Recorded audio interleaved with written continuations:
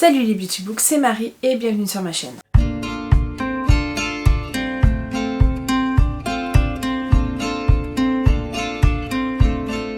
J'espère que vous allez bien, on se retrouve pour une petite vidéo saga terminée. Ça faisait très longtemps que j'en avais pas fait. Je ne sais pas si ce format vous intéresse ou pas, mais moi ça me plaît quand même pas mal. Alors je pense pas le faire pour toutes les sagas que je vais terminer, mais en tout cas pour des sagas assez cibles, voilà, j'aimerais beaucoup recommencer à vous proposer ce genre de vidéo. N'hésitez pas à me dire si ça vous intéresse, à me dire les sagas que j'ai terminées précédemment, s'il y en a qui vous intéressent, que ça vous intéresse que je fasse. Je suis un peu moins tordue, mais en fait à chaque fois j'ai l'impression que les bibliothèques sont tordues, mais je ne sais pas pourquoi. Bref, on va faire avec. Normalement ça devrait aller. Bref, n'hésitez pas du coup à me dire si y a des sagas que j'ai récemment terminées dont vous aimeriez bien avoir un avis global, puisque à chaque fois je vous fais les avis, coup par coup, sauf là dernièrement où j'ai quand même pas mal enchaîné certaines sagas. Donc voilà, le but c'est pas que la vidéo dure 1000 ans, mais une dizaine de minutes, ça serait pas mal. Et donc pour commencer, la première saga dont j'aimerais vous parler, c'est la dernière saga que je viens de terminer. Il s'agit de la saga de Cézanne de Morgane Moncomble. Morgane Moncomble, vous savez, c'est une très célèbre autrice de romance française. J'aime énormément ses romans, je pense que j'ai rarement été déçue par ses romans. Il y a peut-être un ou deux que j'aime un peu moins que les autres, mais franchement à chaque fois c'est une valeur sûre, et cette saga est une valeur sûre. Pour moi c'est la première vraie saga qu'elle sort. Elle a commencé à sortir en septembre ou octobre 2023 et le dernier tome est sorti fin juin 2024. Octobre 2023, hein. Je sais pas si je vous ai dit ça, mais bref. De octobre 2023 à juin 2024, donc c'était cool parce que tous les 2-3 mois on avait un tome de Morgane Moncomble pour mon plus grand plaisir, puisque j'adore Morgane Moncomble. Je précommande tous ses romans adultes, en tout cas je les ai tous lus. Le seul que je n'ai pas lu c'est son young adulte, mais qui ne m'intéresse vraiment pas. Et du coup cette saga est donc publiée chez Hugo Romance comme d'habitude et va suivre les différentes saisons, ce qui est parfait puisque ça a vraiment suivi les saisons et les mois de cette année justement, et franchement parfait, puisque à chaque fois le tome était parfait pour la saison en cours. Et je vous avoue que, à part le dernier tome, parce que ma pile à lire était assez définie, je les ai direct lus et direct enchaînés dans ces histoires. Donc c'est pas des tomes où on suit toujours les mêmes personnages principaux, c'est une saga avec des tomes compagnons, mais pour éviter de vous faire spoiler du tome d'après, vaut mieux avoir lu les tomes d'avant. On va suivre un groupe de 4 amis et donc chaque tome va parler d'une seule personne, d'une de ses filles, d'une de ses amies là. J'ai découvert il n'y a pas longtemps que Morgane Moncomble aimait beaucoup, et c'est vrai que quand tu regardes tous les romans qu'elle a fait, elle aime beaucoup donner des prénoms de fleurs à ses héroïnes, et encore une fois c'est jackpot ici. Surtout qu'il y a un tome qui parle de fleurs, et donc là on va être dans différents endroits différents, avec des ambiances différentes, des personnages différents, des intrigues différentes, des sujets différents, bref. Il y en a pour tous les goûts. Le premier tome, il s'agit d'un automne pour te pardonner.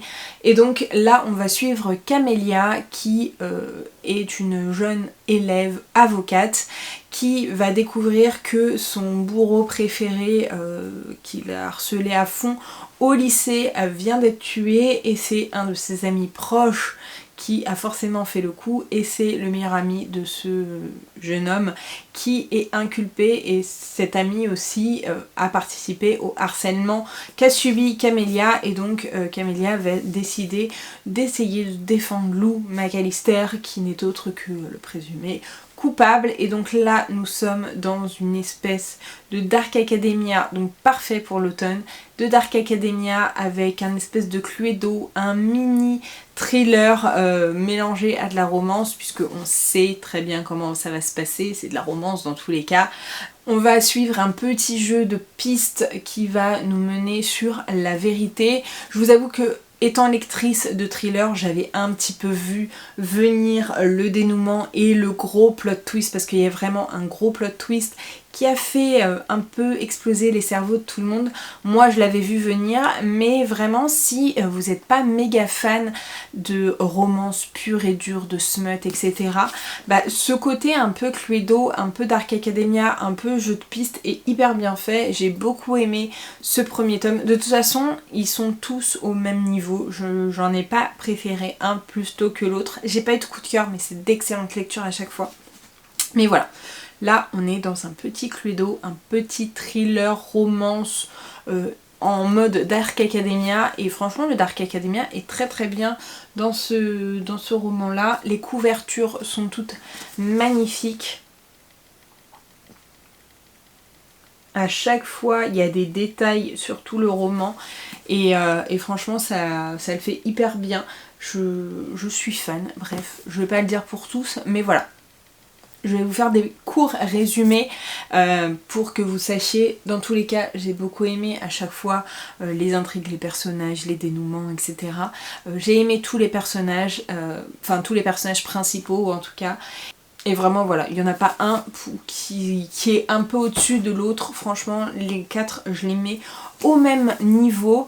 Dans le deuxième, nous avons Un hiver pour te résister et on suit Lily, qui est une jeune patineuse artistique qui fait de la compétition, qui elle est au Canada, qui fait du patinage artistique. Elle a toujours adulé et adoré Orion, qui est un célèbre patineur également, et en fait elle a comme défi de devenir championne avant lui, enfin plus jeune que lui en tout cas. Lui il est déjà champion mais il est un peu plus âgé, donc en fait elle veut battre le record de son idole tout simplement, sauf qu'à quelques mois de la grande compétition, son partenaire se blesse et ne peut pas participer justement à ces championnats là, et donc elle va être contrainte de faire alliance avec Orion, sauf que Orion a décidé de s'évincer un petit peu puisqu'il a l'impression d'être un peu la bête noire, puisque pour lui, toutes ses partenaires se blessent d'un point de vue assez tragique, et donc il n'a pas envie que ça se passe la même chose avec Lily. Il va y avoir une espèce de cohabitation forcée, et franchement c'était trop bien. J'ai pas l'habitude de lire sur le patinage artistique. Je trouvais que d'un côté les compétitions étaient un petit peu trop survolées, j'aurais bien aimé être un peu plus dedans, mais j'ai beaucoup aimé ce roman, j'ai beaucoup aimé les thèmes abordés, puisque on va parler d'handicap, de 2 handicaps différents, et j'ai trouvé ça hyper intéressant. Le trope de la cohabitation inverse, de la cohabitation forcée, j'ai beaucoup aimé. J'ai adoré les personnages, j'ai adoré l'ambiance patinage artistique, et voilà, c'était très bien. Pour l'hiver, je crois qu'il est sorti en février ou un truc comme ça, ou en janvier, bref je sais plus trop, mais parfait pour la saison hivernale, et ça me donne envie de lire d'autres romances, ou d'autres romans en tout cas sur le patinage artistique, puisque j'adorais ça quand j'étais petite, et ouais, franchement un bon sujet, un bon livre. Et j'ai oublié de vous parler un peu des sujets traités là-dedans, mais on va surtout parler, comme vous avez compris avec le résumé, de harcèlement et des conséquences du harcèlement scolaire, etc. Donc voilà pour ça. Et donc le premier tome c'est un Enemies to Lovers. En fait Morgane Moncomble utilise vraiment un peu tous les tropes de la romance dans ces 4 tomes. Ici nous avons Un printemps pour te succomber. J'ai pas fait de close-up d'ailleurs sur le roman. Je sais pas si vous le verrez bien. Le niveau de détail de toutes les couvertures est magnifique. Donc nous avons ensuite Un printemps pour te succomber, qui est magnifique également. Et donc là nous avons Nolia, qui est une jeune maman, une maman célibataire, qui a un peu... elle a des origines indiennes et elle est un peu poussée par ses parents. Elle a besoin d'argent puisqu'elle vient de monter son business de fleuriste. D'où le sujet des fleurs. Son business de fleuriste, et ses parents lui disent que c'est ok si ils arrivent à revenir dans la vie de sa petite fille, enfin de sa fille, et dans sa vie à elle aussi, et si elle accepte d'épouser son ex. Sauf que elle leur dit bah non, je vais pas épouser mon ex puisque je suis déjà fiancée et déjà mariée, et donc elle va devoir chercher un mari puisque elle est éternelle célibataire, et elle va rencontrer Camille Lévesque, qui est un jeune homme tout à fait charmant qu'elle rencontre par mégarde, qui lui est propriétaire et le patron d'une application d'escorting.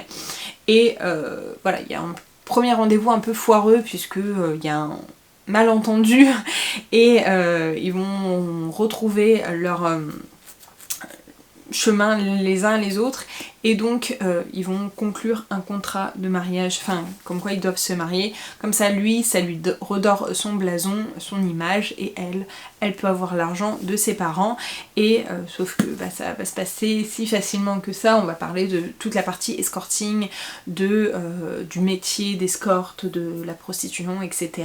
Et on va parler également de tout ce qu'impliquent les relations toxiques aussi, et la relation toxique, tout ce qui est... je veux pas aller dans le détail, mais en tout cas voilà, on parle de relations toxiques, donc c'est pas toujours hyper simple. Il y a des scènes qui m'ont un peu marquée, et il y a eu 2-3 scènes qui m'ont vraiment trigger, même dans l'histoire de Nolia et Camille.